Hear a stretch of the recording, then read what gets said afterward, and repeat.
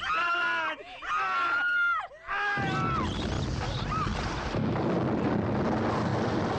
Barbecue, and thanks for tuning in to another awful movie review. I'm your leader now, whether you like it or not. Following in the footsteps of films like Frogs or Squirm, which tried to pass off small, harmless creatures as scary horror movie villains, this week we're looking at Rats, Night of Terror.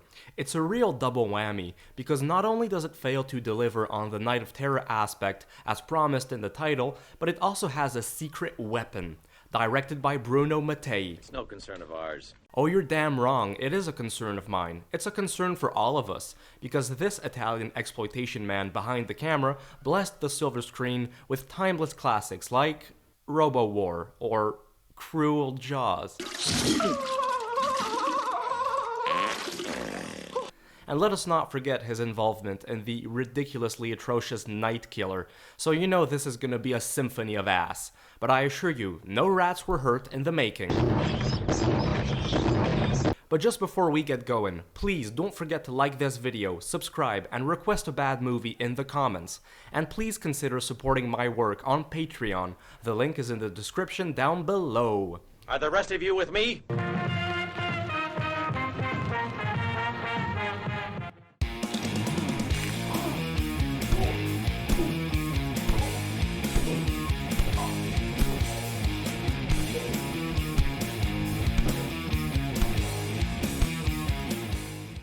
Set in a post-apocalyptic New York City, a nuclear holocaust has ended civilization as we know it.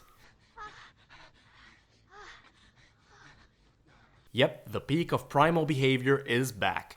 Of course, they were too cheap to actually show what happened before, so we're left with a Star Wars-like introduction and a narrator who thinks we can't read. A ragtag group of survivors scatter across the land, looking for a place to stay, and find this abandoned place to crash in for a bit. Everything is fine, until they find the house to be infested and crawling with violent man-eating rats. Now, let's be very clear about this. Some people find rats to be grotesque, which I can understand. That being said, are they scary?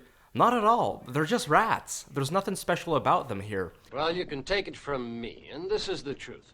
They aren't scary mutated monster rats. They're rats which have had their genetic structure modified, making them smarter and more aggressive. But still, they're just rats.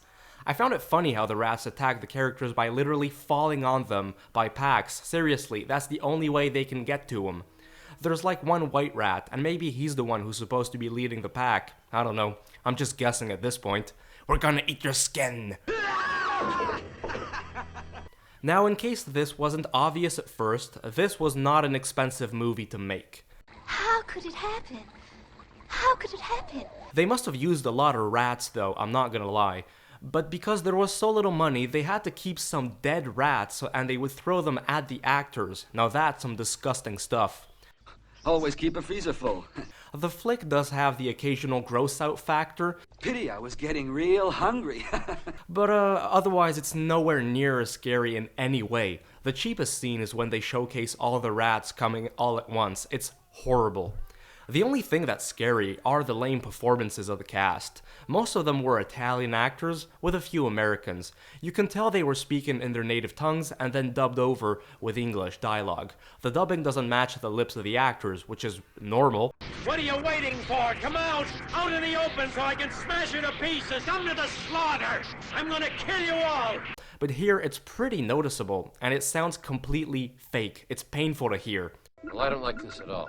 To my big surprise, the leader of the group was played by Italian actor Ottaviano Dell'Acqua, best remembered for playing the worm-eyed zombie in Zombie Flesh Eaters. The boat can leave now. Tell the crew. Sadly, I must say the guy was better at playing a dead person than a live one. He reminded me a lot of Mac Reddy in The Thing, carrying that flamethrower and all. We've also got a guy who looks oddly like Chuck Norris for some reason. It's a long story, Lilith. It would take too long to go over it. But this is again proof that some scripts are better left on a dusty shelf.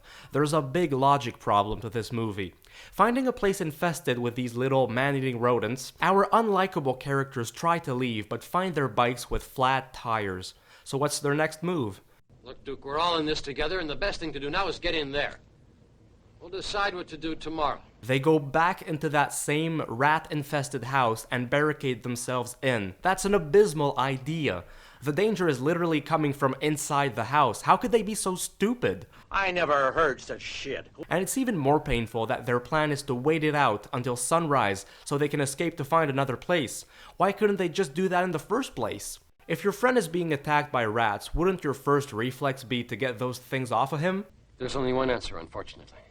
Nope, just light him up. Now that's a true friend.